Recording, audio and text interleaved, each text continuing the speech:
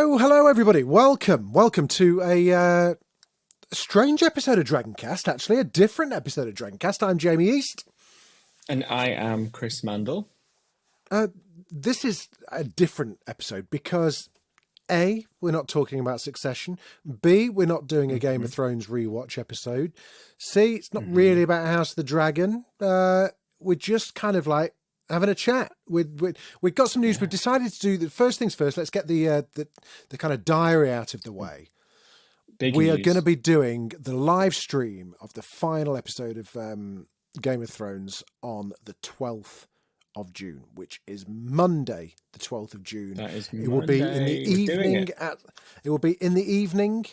I'm going to kind of make some kind of like crazy sweeping statement and say it will be around kind of like 8:30 kind of time, maybe something like that. Yeah. I need to work out how to set it up on YouTube. It will be live streamed on YouTube, maybe on Twitter as well. I've got no idea what I'm doing, but we'll work it out.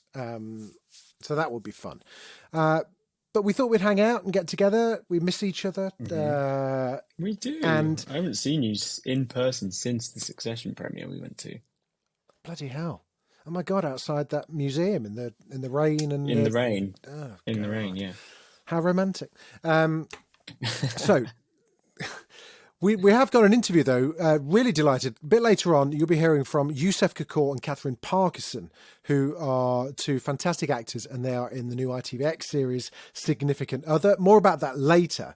I guess the big show of the week, now that we're all still kind of like mourning Succession, and already people are like, oh, when's it going to come back? There's already been talk of a movie. I heard a movie mentioned, which I thought was a Yeah. bit, I'm not sure I want a Succession movie, I have to say. I thought the stories that came out about that, I just saw it and thought that is absolute dog shit. No way will that No, happen. no, we've already, I Because mean, the main thing is, it's actually not got massive ratings. This is not Game of 2.9, Thrones. Like, 2.9 million people watched the finale, and it's a huge cultural talking point in the middle class set, I think. yeah, But yeah, you're yeah, right, yeah. it's It's not, just it it's was, just yeah. I thought that when you get these stories, a lot of it is just people trying to like carry the conversation, and someone will get interviewed by a journalist, and they'll say, "Would you do a movie?" And they'll say, "Well, never say never, because you don't want to close too many bam, windows or bam, doors, do you?" But bam. Yeah, exactly. Assistant wardrobe director says, we're going to do a movie. Yeah, yeah, exactly. Yeah. we're not we don't hate the idea of doing a movie. Becomes let's do a movie. I just don't think There it was a, works. It's There was a at really all. good piece in, I think it might have been Vulture, maybe it was Hmm. Variety, which did a really good article about actually there will almost certainly be something from Succession again. If you look back over Right. the history of HBO's IP and its successes, it has never ever not done something else with its IP. Sopranos had the Many Saints of Newark. Sex and the Hmm. City had the whatever that's And called, just like that. and so there it's like a Greg statement, and so let it be said. Therefore, um, what else? Game of Thrones, House of the Dragon, of course, and there are Hmm. other few more examples of that as well. So it will almost certainly be back in some shape or form, which is kind of exciting. But I said on the radio over the weekend, let's leave it 10 years. I want a nice, healthy Mm. time jump. But anyway. We're not here to talk about Succession. What have you been watching? Have you seen anything good this week? Have you started Yeah, anything? this week we started Silo on Oh, Apple TV Plus. ay, ay, Very, ay, very into that. yes. Yeah, Now, very, very into that. So we only watched the first episode, but I'm very into it. so Silo. So I'd read. So these are based on a series of books which were originally Yeah. called the Wall Trilogy. Released in, I think they may have been like a Kindle, early like Kindle success, and then bled over Right, into right. into actual books. Okay. But I devoured all of them because I love them. It's like a sci-fi. They're like a really good sci-fi, Yeah, dystopian sci-fi, yeah. almost Dune slash Blade Runner slash kind of that kind of thing, Mad Max-y Mm. style. What did you say Uh, the book series was called? The Wall. Wool, as in woolly jumper. Oh. Because here's the Yeah. thing, right? I've seen one episode and it's like a classic sort of mystery setup, right? But Yes. also I'm like, I can't tell what this show is.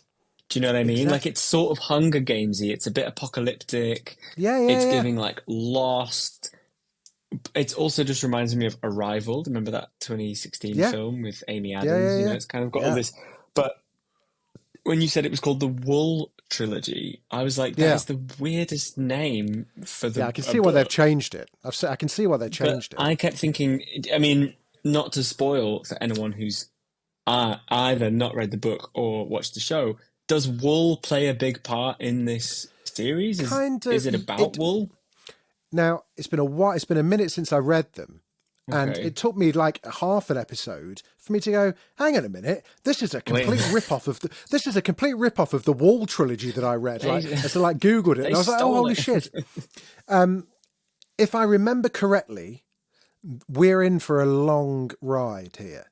This has got the potential. Interesting. This Okay. has got the potential to be kind of Thrones length if it so wishes. And this may or may not be the origin story of all of that. I think, if I remember rightly, where we join it at this point is almost midway through. I think so. Because there was a big timeline jump in the episode. Yeah, there's a lot of mythology that we need to learn about. So to give Yeah. to give the listeners some context, Silo Yeah. refers to these. There's been some cataclysmic world event that means that people cannot go outside. We think. Yeah. And everybody, the population, live in these giant silos, or sorry, silo. I was going to say, hang on a minute. I was like, spoiler. Is there, Sorry, is there one silo or are there multiple silos? pass. Moving Oh on. no. So this huge kind of like silo that is like what 60. I mean, it looks like hundreds and hundreds 70, of it's 70 floors. 70 floors, and each floor is like a national theatre sized building, isn't it? Yeah, So like it's someone, a if big you want to old go to the brutalism. bottom, if you want to get to the bottom, it takes a whole day. Yeah. So you see lots of like So it's like CGI'd crazy. kind of people walking up and down concrete ramps, like with the knapsacks, don't you? Yeah, yeah, yeah, Um, yeah. So, but yeah, go on, sorry. we join. It's like you say, it's a mystery box kind of Mm, thriller, sci-fi yeah, thing. Someone discovers something that holds the key to something, or that could reveal something about something. You don't really need to know much more than that, other than it's the thing is it's that pretty. that in itself is compelling to me. Like, I'm Yeah, in. I love a that mystery. is. It's like, thank you very much. We need to Yeah. find out, and it's it's a pretty well-worn trope. Someone dies at the beginning, leaving a secret, bequeathing a secret onto Hmm. somebody else, Hmm. etc., etc. That's a really good premise, and like you say, already hooked. It's got a great cast. It looks fantastic. Looks really expensive, but I would say Looks that amazing. we haven't even scratched the surface of anything. It's like it's one of those Oh, ones I'm so where it excited. kind of becomes great. So I'm already like thinking this is my new favorite show. Yeah, So I it's like, great. I can't wait to watch episode 2. And I think there have been some shows, maybe that I won't name just in case anyone comes after me, where I feel like watching it is like a chore, and you're Yeah. like, "Ugh." um, and this is not like that so far. I'm really excited. So a couple of observations I have. Hmm. Um, the fact that everyone has to take the stairs to go anywhere is ridiculous. Like, I've there's a read that. It's canteen. like they would have invented an elevator, surely. Or just a pulley system. I mean, it's crazy. They have, chefs, they have a kitchen, they have presumably some kind of fire or some Yeah. kind of, and I'm like, you guys haven't thought about a pulley system because there's 70 floors, but like, yeah, and it takes forever to do, like to run around. And I kept saying to Rob when we were watching it, I was like, the Covent Garden tube station, those steps, that's 12 They're a floors. lot. They're a lot. Yeah. 12, it's the equivalent of a 12-story building. And there's all these signs for people who haven't had the privilege of coming to the West End and going to Covent Garden. They've got all these signs being like, please consider taking the lift.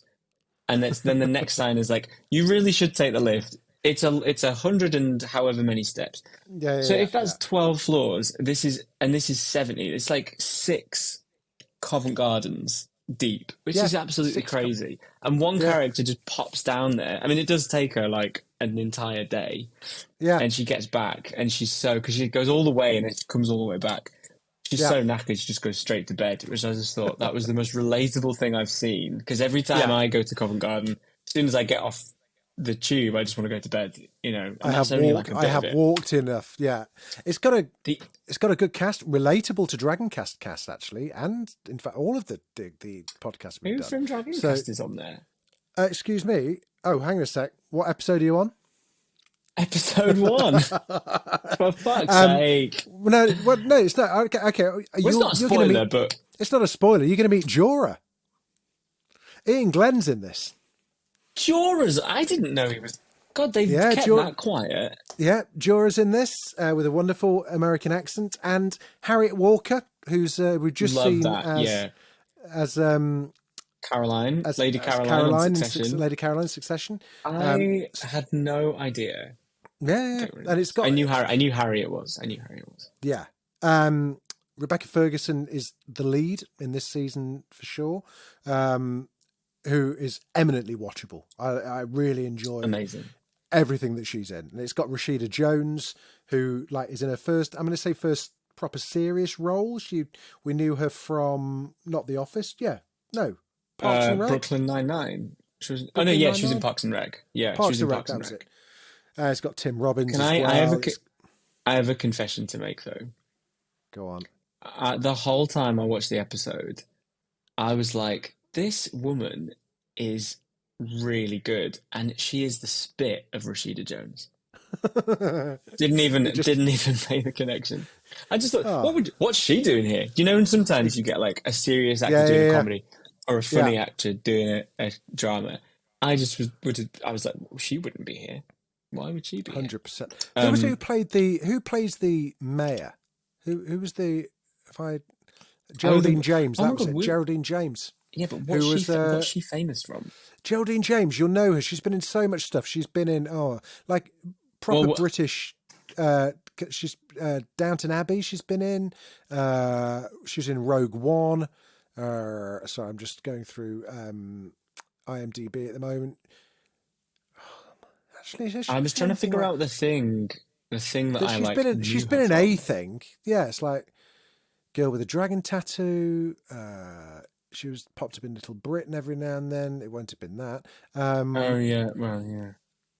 What is Poirot. She's okay? been in like loads of Calendar Girls, that kind of thing. Oh You'll my know God, her. no, no. I recognize her from the episode because I was like, it's that woman. Band of Gold. No, Band of Gold. no, I know what it is, and you're gonna hate this because this isn't very cultured. She was in Little Britain. Oh, She it was was the Little woman. Britain. Yeah, that's what I remember her from. Specifically, she's the mum in the sketch where the grown man wants to breastfeed his mum. Bitty. Little bit of Bitty. Mummy have Bitty. She's- Yes. Okay. That's Arguably her. the only decent, arguably the only half decent thing they did. Yeah. She Fair has enough. the So most storied career in like stage she and does. theatre and telly, and then I go, it's the woman from Bitty.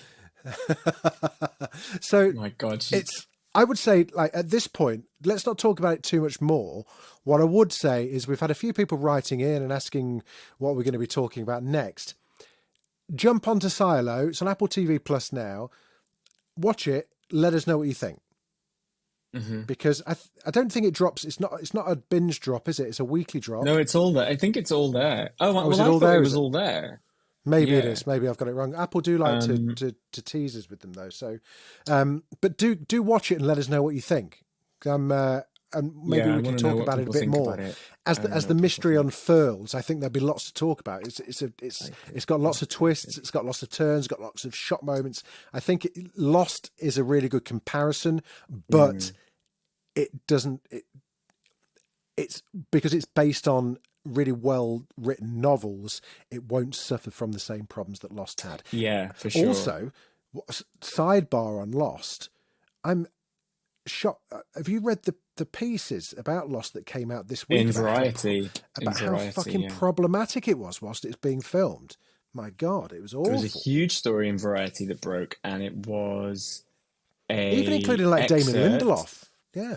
Damon Lindelof apologized for what happened on the show. So the background for people that haven't read this is that the journalist Mo Ryan, who is a former TV critic, has a new book out called Burn It Down: Power, Complicity, and a Call for Change in Hollywood. And it's about the Ooh. systems and norms that led to a lot of problems with strikes, with labor unrest, with discrimination in Hollywood, with all this kind of thing.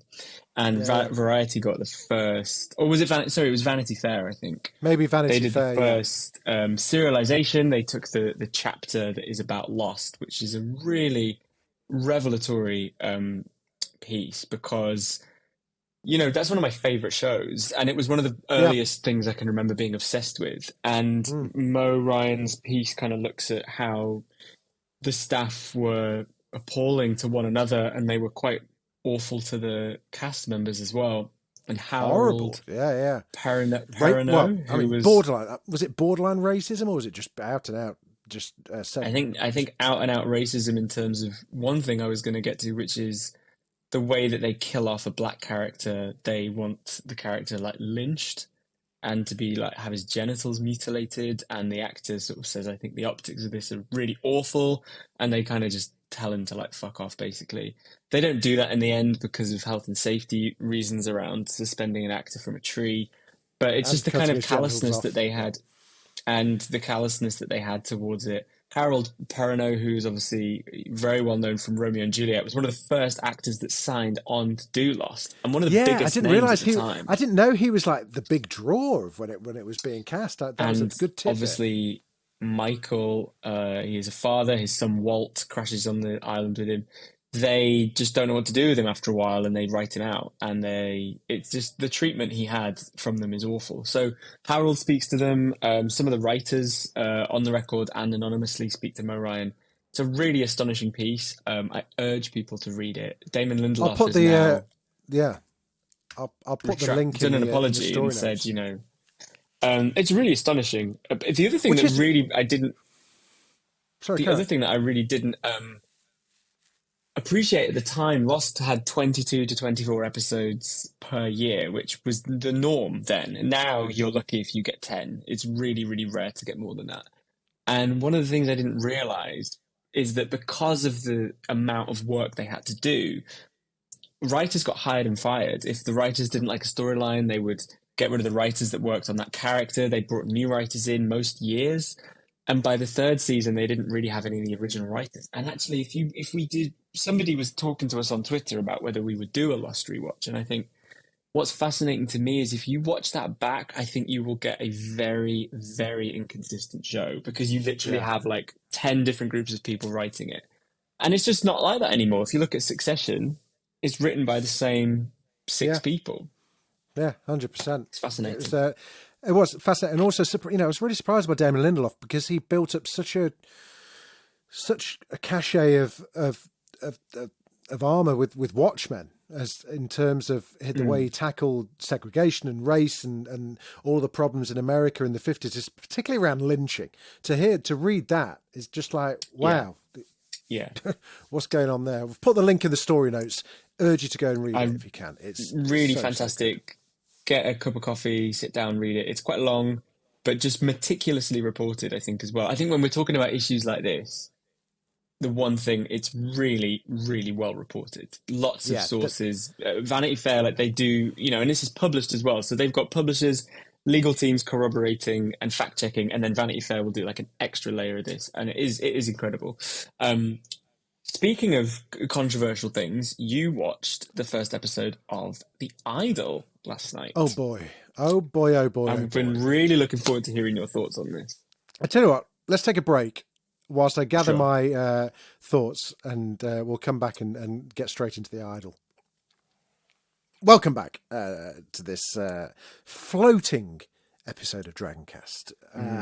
So, The Idol is the new HBO flagpole series, flagship series Tentpole. that's on tentpole series that's on at the moment. You know, they like to have one thing on at any time that is causing a bit of a buzz. It has its euphoria. They never really clash. They never really have two shows on at once, do they? Apart from, I guess, Barry and Succession, but they were two very different. This is their premium. It's taken the Succession slot, right? So it's their premium thing. It's taken the Succession slot. I cannot for the life of me work out what HBO subscriber is going to watch this. It is without a doubt one of the shittest, but like amazing, hate-watchy, ridiculous thing I've seen in a long time. But it also made me feel really uncomfortable as a 50-year-old man sat there on his own watching this show. It was like, I don't really think I should be watching this show. Like Euphoria, and it's, you know, and ultimately the problem lies with a couple of things. One is the writing. It's appalling. The script is just absolutely shocking. It's just bad. Secondly, it's just clearly been devised by Sam Levinson, who's the guy behind Euphoria, and Abel, aka The Weeknd, as this kind of, and you can close your eyes and picture the drinks meetings and the meals that were had discussing the project. You know what we should do? We should do this. And they both come out of this extremely badly. It is, the premise is this. It's basically a veneer, gossamer thin portrayal of someone like Britney Spears, of a fictional pop star, like your Britney, like your Christina Aguilera, played by Lily Rose Depp, who is beautiful, young, kind of 24-year-old. And it is just horrifically voyeuristic. Like all the bad bits of Euphoria just eked out for an hour in this, with on top of that, like a Showgirls-esque cast of characters and some really bad writing. And some really surprising cast members as well. Daniel Levy's in this, who I kind of just thought, man, I thought you had some taste. I thought you know, did you not read this? Did you just fancy the money? What was going on here? Well, the problem is, though, is it got this huge overhaul. Like, I think what people signed up for and what has been made has been quite different, because there was this. That. We actually talked about the Rolling Stone story on the podcast, didn't we? Yeah. This was in February, I think, a big story on Rolling Stone that said, like, the show has veered off course. At the time, there wasn't really a trailer. There wasn't a release date. And there were all these reports that the female showrunner, who had made 80% of the show at this point, was booted off. The Weeknd came on board and had a greater involvement in writing and creative direction on it. Yeah. And there was a story in Deadline. I was sort of looking at this up today because I knew we'd be talking about it. Back in April of last year, a report in Deadline, The Weeknd was concerned that the plot was too focused on the woman at the centre of it, who is played by Lily Rose Depp. And the original outline was that she is this young, incredibly talented young artist who falls under the spell of this cult leader who The Weeknd plays. And I mean, I haven't seen episode 1 yet, and I will be watching it, but the sort of treatment now is, what if The Weeknd is not a psycho, but in fact is just an absolute sex-obsessed playboy? And also, she legitimately is in love with him, and also she loves being choked. And that is just what a car crash, to go from one thing to another, to go from examining this woman in an interested way to sort of using her as a bit more of an object. And I don't know, obviously don't know The Weeknd, and I don't know him, and I'm not putting words in his mouth or even surmising, but it gives the impression, that this is like a bored pop star, aka The Weeknd, who's gone, you know what I want to do? I want to make like a really sexy, kind of edgy TV show and extend my brand, and how about I'll just like have sex with a load of women on telly? That would be really cool, right? You know, no one's gone, well, we can't tell The Weeknd no. Within the first 2 minutes of the opening shot, you've got a great opening shot actually of it's like a bit like I, Tonya, you know, the shot where Margot Robbie's putting on a makeup or taking a makeup off, and it's just that great transformation. There's a really good opening shot with Lily Rose Depp, who seems like a really accomplished actor. Sample lines from the first couple of minutes, by which the first couple of minutes, the plot is basically that she's at a photo shoot for her album, and it's been discovered that there is a photo of her on Twitter where a guy has come on her face. Okay, this is within like a minute. And they're all going, oh my God, is that a bukkake? No, a bukkake is when it's more than one man. Oh, okay. Someone says the actual words, the brazen little minx, like with no irony at all. The phrase like, yeah, but mental illness is sexy is another one. It's like, and it's got Hank Azora, who I think does like voice acting Azaria from Toy Story. He's from The Simpsons. From The Simpsons, of course, that's it, not Toy Story. He plays like one of the managers, and who's like the awful accent for a voice actor, and it's just the most bizarre. Oh, that's another line. Having you around is like living in communist China. What does that mean? It's like, oh, don't be such a drag. You know, it's giving right. That oh my God, right. Oh my God, you're so boring. Having you around is like living in communist China. Every line that you read could be like, I'm sorry, but I just hear accidental partridge. Exactly. And then it goes like, she's got this, the one good character in it is her best friend, who's this like dorky kind of like her assistant / best friend. She's really good actually. But there's a line where we meet The Weeknd's character, whose name escapes me. I think it's called something weird like Tapen, or he's got a double. His first name and his second name are the same. It's like Mario. Mario's name is Mario. Tedros, his name is, and we're introduced to him in the most ridiculous scene ever. He's got like a big long. He's got a big long ponytail, like swept back. Oh, yeah, like I thought in all the picture.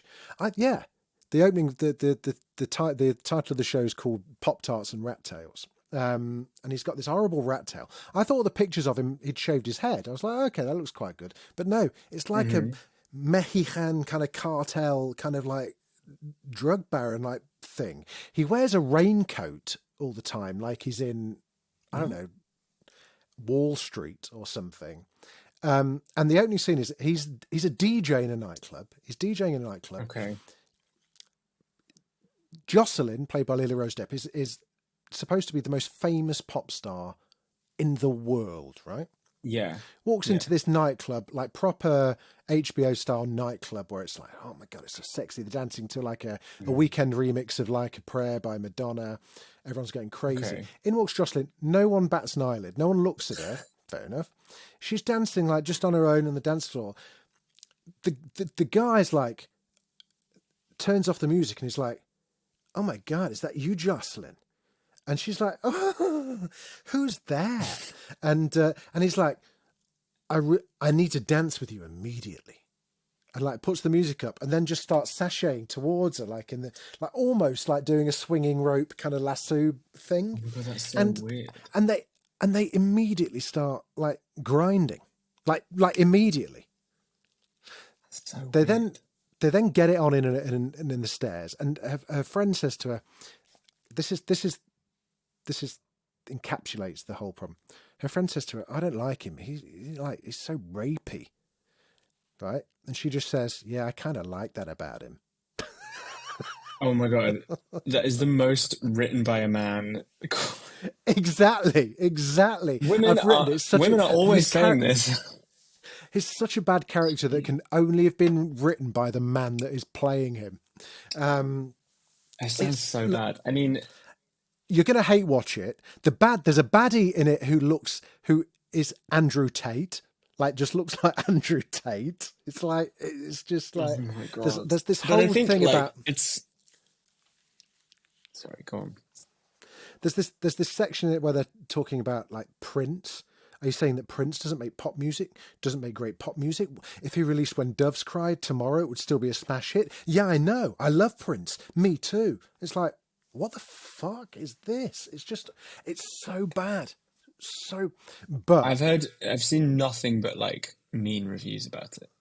I mean, it's difficult not to be mean about it because a lot of people have clearly worked very hard at it, and that story about 80% of it, being finished, and then the weekend just coming Correct. and wanking all over it. The rest of it, the other 20%, is sad because a lot of people have done a lot of good work on it.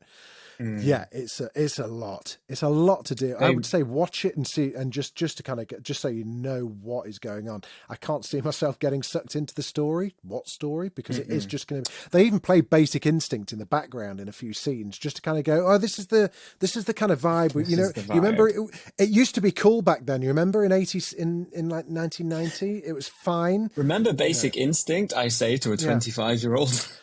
But their opening, yeah, but their opening's kind of sex scene. It's like he puts a red scarf over her head, chokes her with it, makes her open her mouth, and then stabs a knife into the mouth hole so that she can breathe. This is like they've just met. Like second date. The thing Crazy. is, what it was sort of what it sounded like initially. Bearing in mind, it's been in development for 3 years, which Yeah. is not, not too long. But like, it was initially supposed to come out and take the slot after House of the Dragon. Oh That's how wow. delayed Okay. it's been. Blimey. But Okay.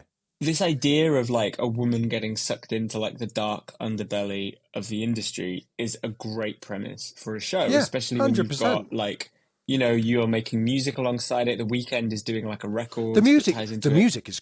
The music is great. Yeah. Also, this new song that he's done with Madonna is like fucking amazing. Like, Mm. say what you will about him, but consistently good musician. And but the show that they wanted to make, the show that was being made, I think you do have to have women leading the It's got charge that creatively story's on got to what be. this Yeah. woman is. That story's got to be told through Y- the prism of the female perspective, Right. right? That's what you want. And also, like, I was just going to say, I was like, you want young people doing this, not these two old farts. Google The Weeknd. He's fucking younger than I am. Is he? Yes. He should know better, shouldn't he? But He like, should be. but it's like Yeah. you want like young 25-year-old women in the room telling you what it's like when they go out. What you don't want is a couple of hyperactive little slime puppies who should know better Yeah. going, what do women write about? What do women think about being choked? I don't Like, it think they just even thought seems about that. They weird. just thought about what would be sexy. What would we want to do? And it's I just think like, also the reaction. I mean, GQ today have got a story which is the cringiest lines from The Idol ranked. And I just think wow. like when you think you're sexy and like edgy, and people are saying like it's just really cringe. I just think. I mean, I'm Yeah. fascinated what the rest of the season is like. I mean, I never really got Yeah. into Euphoria comparatively, but that show is I really loved good at like Euphoria. Loved Euphoria. doing a really good job at sort of centering certain people's stories. I mean, it looks to me like tragedy porn. Like I can't really get into Yeah. like, oh my God, everyone's. It's just not really my kind of thing. But Sexy's really hard to get right, though, isn't it? Has there ever been a show or a film that has got sexy right? well, I think the problem is that they want the sexiness to be aspirational, and I think when you want it badly enough, it just looks silly. Like one of the reasons Succession worked is there was no sex. Hmm? And it was like True. a really they were all rich and they were all really wealthy, but they were the lamest people, all of them. You saw them go Hmm. to that dive bar in episode 2 of the last season, and they're all like, look like someone's going to come out and try and like, steal from them or something. They just all Yeah, look yeah, so out of touch because they're not allowed to choose the music. They didn't choose the veneered floors. They don't like the drinks. yeah, yeah, yeah. I think what if the idol is going to be guilty of anything, it's wanting to be cool too much. And I think that like, you can't Yeah, you you can't force can't cool. want it that yeah, exactly. I mean, I will be watching it because I do think, I mean it's expensive. The 80% they scrapped cost $75 million. That's all gone. And they reshot everything. I don't know how many episodes there are, but the initial run was only supposed to be 6. But it might be that Okay, I there's think it's more I now. think it's 5. No, I think it's 5. 5? I think so. I think so. I Five think I looked. episodes? I think I looked at the when I looked on the planner, it said 1 of 5. Maybe I've got that wrong. Let me just see if I can see. 5 episodes should not Well, be kind of a season. well, Wikipedia only have Crazy. 4 up. Wikipedia only have 4 up. What? I mean, 4. I know 4 were given to critics. Isn't that just Oh, maybe crazy that's though? right. Like, but also this is it sounds like it started in a sort of boom period for TV, and it's obviously Yeah. coming out now where we've got these strikes, we've got these like wild budget cuts. Mm. Nobody's making any money on the shows that they're sort of working on. And if anyone is watching it and has any more thoughts, let us know, because maybe we'll check Yeah. in on Yeah, the I'm interested. Yeah, let us know what you think. Yeah, it's show. it's worth talking about, that's for sure. But Yeah. fancy a bit of? Should we have a bit of breath of fresh air? Should we kind of like do a complete pivot? This will please ITV coming off the back of that chat. Now, one of my favourite gigs that I do is I go and host an event for ITV Studios where I talk about up and coming shows, and I did one in January and got a chance to speak to Katherine Parkinson and Yousef Kakoor back then for their show. It's called Significant Other, and it's just coming out. It's coming out on June the 8th, which if you're listening to this on release day, will be today. It's all available on ITVX, and it's just like a really nice, it's kind of like the antithesis of every show that we've ever talked about, really. It's a rom-com for a start. It's a terrestrial television rom-com, which we've never, don't think we've ever done a terrestrial show before. And I could watch Katherine and Yousef read the telephone directories. They're both so great. Katherine has been so good in, like, she was in Humans and like all the rest of it. Yes, love her. Good. And Yousef's been in a whole bunch of stuff as well, including, as you'll listen to this chat, he's come very, very close quite a lot of times to getting into Westeros. And he's not that he's bitter about it, but have a listen to this. So normally on Dragoncast, we focus on like horrifically dense and, like, let's be frank, depressing dramas, and so we've decided to kind of branch out a little bit, and delighted to be speaking to two people who've got a show coming out called Significant Other, which is coming out on ITVX very, very soon. I'd like to welcome Yousef Kakoor and Katherine Parkinson to Dragoncast. How are you doing? Hello. Good, thank you. Hello.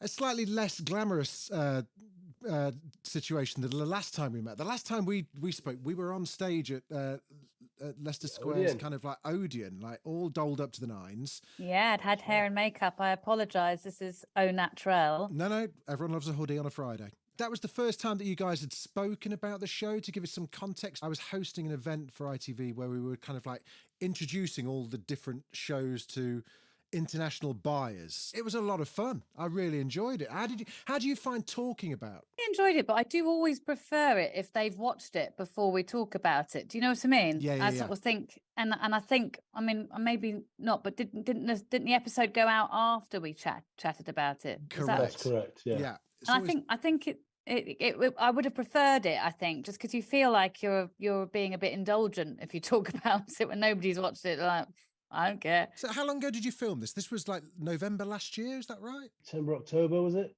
Yeah. September, October last year, yeah. And you guys are both busy actors. Presumably you've had like jobs and jobs and jobs in between that. How difficult is it to then try and cast your mind back and put yourself into like a significant other mode? I mean, not difficult with this because I think Yousef and I we both enjoyed it so much, and I feel so engaged with the project still because of that, and I'm really hoping we get to do it again. But definitely that is the case sometimes. I've had to do publicity for shows and I cannot remember my character's name.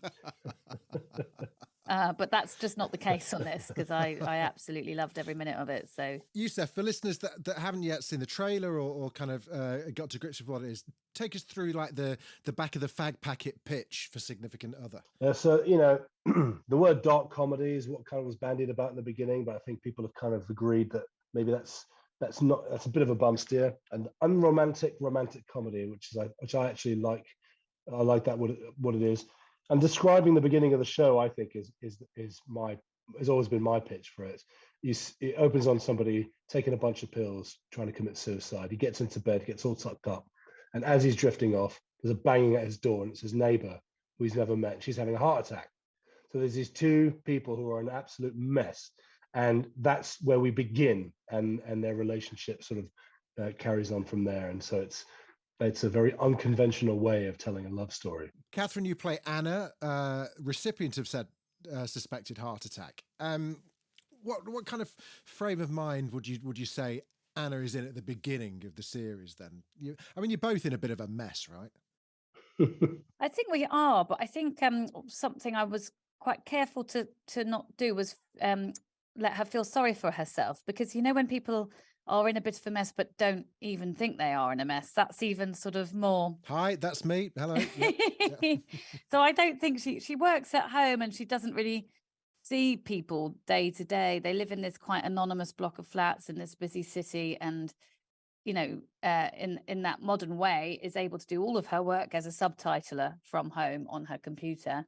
And then her romantic situation is that she has been involved for a few years with a married guy and has broken that off because it's not giving her anything. She's definitely quite lonely, but I don't think she knows that she's lonely. And she's certainly never met her neighbour until they're thrown together because the ambulance have said, you've got to be with someone. I think a lot of people are going to be able to relate to her. I mean, lockdown happened and people just got into this habit of, I've been locked in this room literally for 3 years. Like that Leicester 3 years. The time that we met at Leicester Square was about the third. It was a virtual you. The third time I'd been into London since lockdown. It was crazy. Wow. But you do find yourself not really realizing the effect of that kind of thing, don't you? Especially when you can work from home and you've got no real reason to travel. It does put you in a bit I think of a there's a reason space. that people are a bit sort of detached in a city from their neighbours, because if you do sort of chat to in this close living quarters where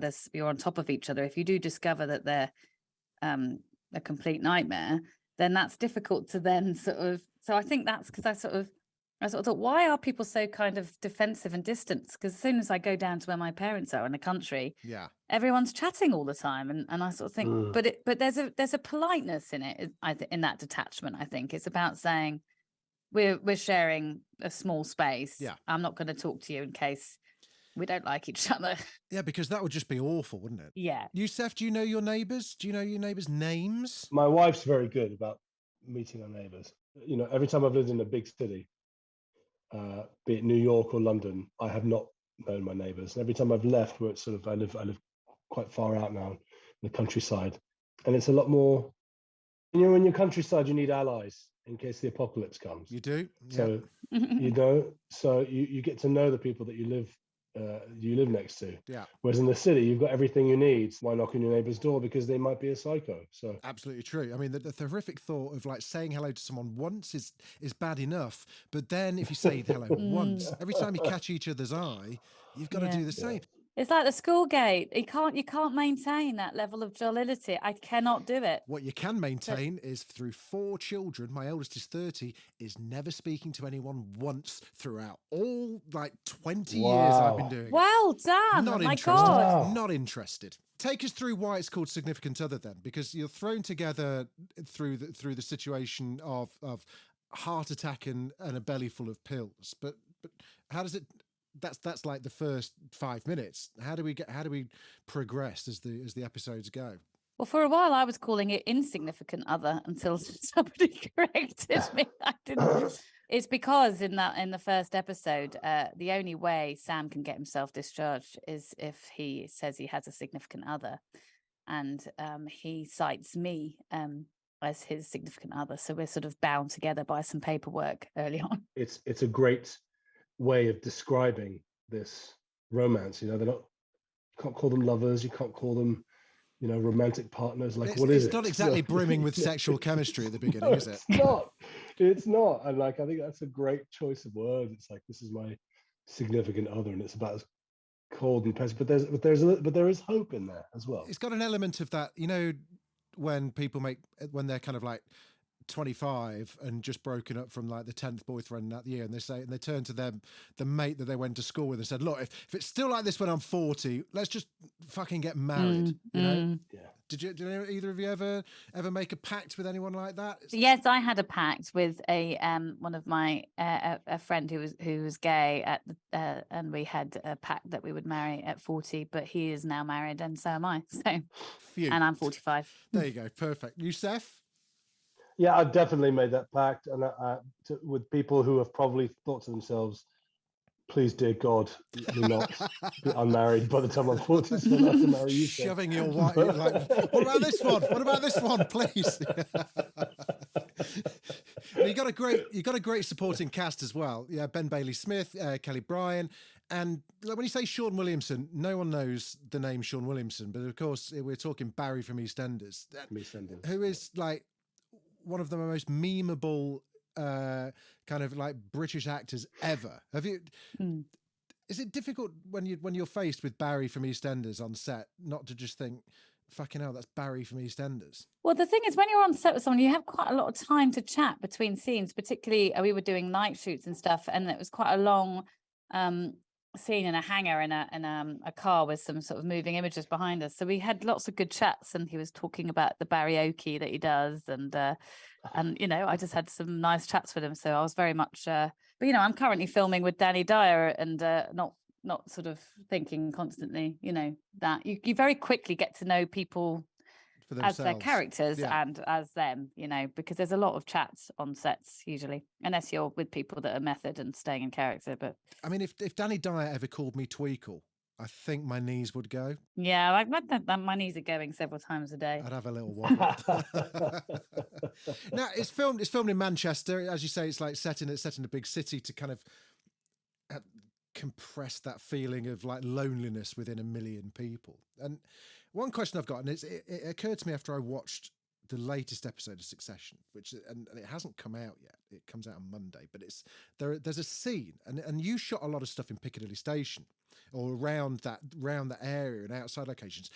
I'm always intrigued as to how weird it feels to film in real life places when there's like some poor guy in a high vis having to stop people cross a road, or ask people, please, can you not walk your dog just for 5 minutes?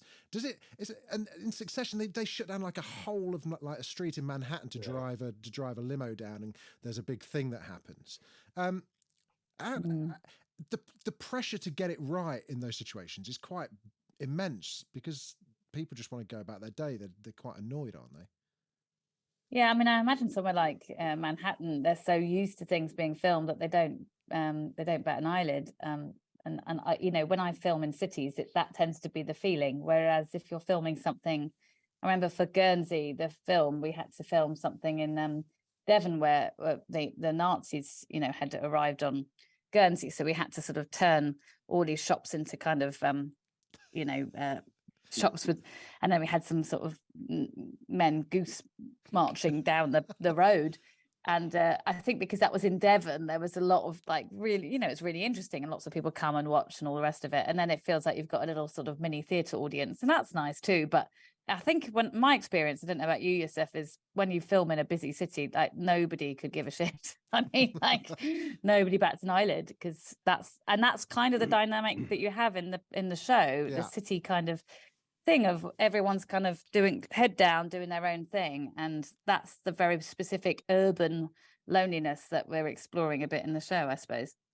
Yeah, I mean, I think you know, our scene where we were having that row in the Northern Quarter, got a few onlookers and stuff, but it wasn't as busy as you would think. I think where it always turns is when you shoot something at night and when the pub's let out. Yeah, that's where it gets interesting. I did a movie called Hummingbird or Redemption a long time ago, Stephen Knight's first movie, and we shot that in slap bang in the centre of London at like 2 or 3 in the morning, and at about 3:30 or whatever it was, when the bars and people would just start to come stumbling in, it would get very hairy, and like the security, you have these scenes which you're supposed to just be staying very calm you know, and Jason Statham was in it and everything, and he draws a lot of attention.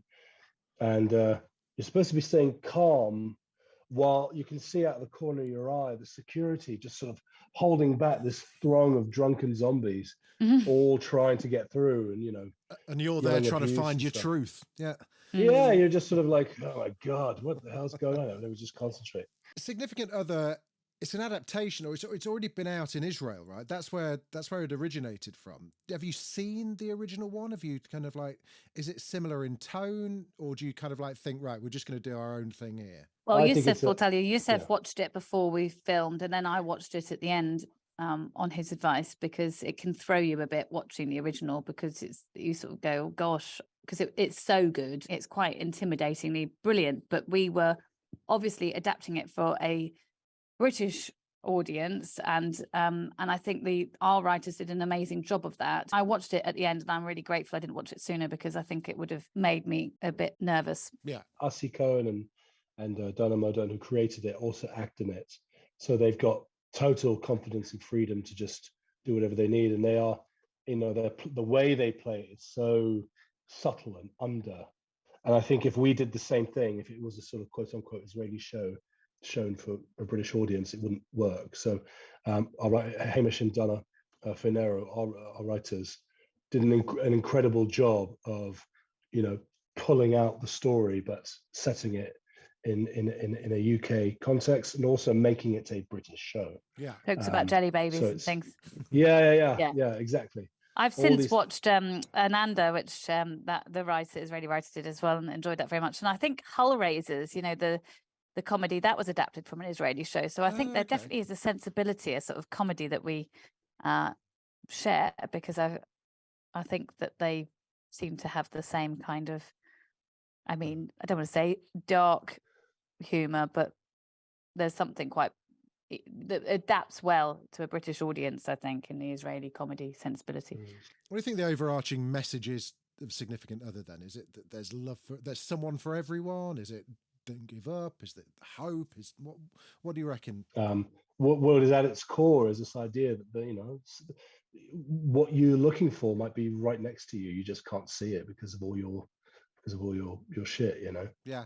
And also that, you know, it's rare to experience a lightning bolt of love, isn't it? You know, it's like those moments are written about more than they actually occur. And this show does a good example of actually sometimes you just have to kind of like chip away at it, and it's like you know, and kind of like find your groove with each other. And I think that's what it really told. That's very true. Yeah, I mean, like so often the romantic kind of the romantic version of life is sort of portrayed, and life will fall short every time. And I think it's good to have something that's, I think, probably more people have experienced, and potentially more relatable than you know, something as wonderful like Four Weddings and a Funeral, or like Love at First Sight sort of scenarios. But I think that's not what happens here. But there's something just as deep and true that occurs. Yeah, absolutely. And I mean, just to clarify, the three of us all experienced Love at First Sight. Everyone else has to kind of like chip away at it, of course. I experience it every day. That's right. Well, there we are. Final question is, what are you guys watching at the moment that you think, why the fuck am I not in that? I am watching Succession. I'm actually going to a party tonight, a Succession party, where they're doing a screening of the last episode, but I will not be going to that because me and my husband are on the last episode 3. Is being screened somewhere. You must be friends with Jesse Armstrong, Catherine. I did a show years ago called The Old Guys, written by Jesse, and he's doing a cast and crew screening, isn't he? Yes, yes, but I'm being very good about not going to, because you know I don't want to ruin it for us. So. And then we've just watched The Last of Us, which I have to say was not something I thought I would be that into, because I'm not in, you know, I don't do computer games and stuff. And oh my goodness, I was so into that show. Yeah, I thought the performances were just immense, and I just loved. It's actually making me think I want to play the game. Oh, I'm not a gamer at all. It is an incredible game. You do and also if you want to find out what happens in season 2 before season 2 airs, just go and play the game, because it's all there, and it's horrific and it's grim. God, Yousef, you've got a whiff of Westeros about you. Come on, why haven't you been in Game of Thrones yet?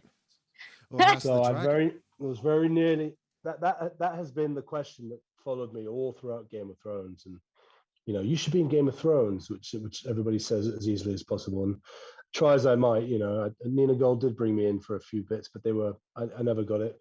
Came very close to being in the next season of House of Dragon, but didn't go I got down to the last two, didn't go my way. It's just not meant to be. Casting directors never forget.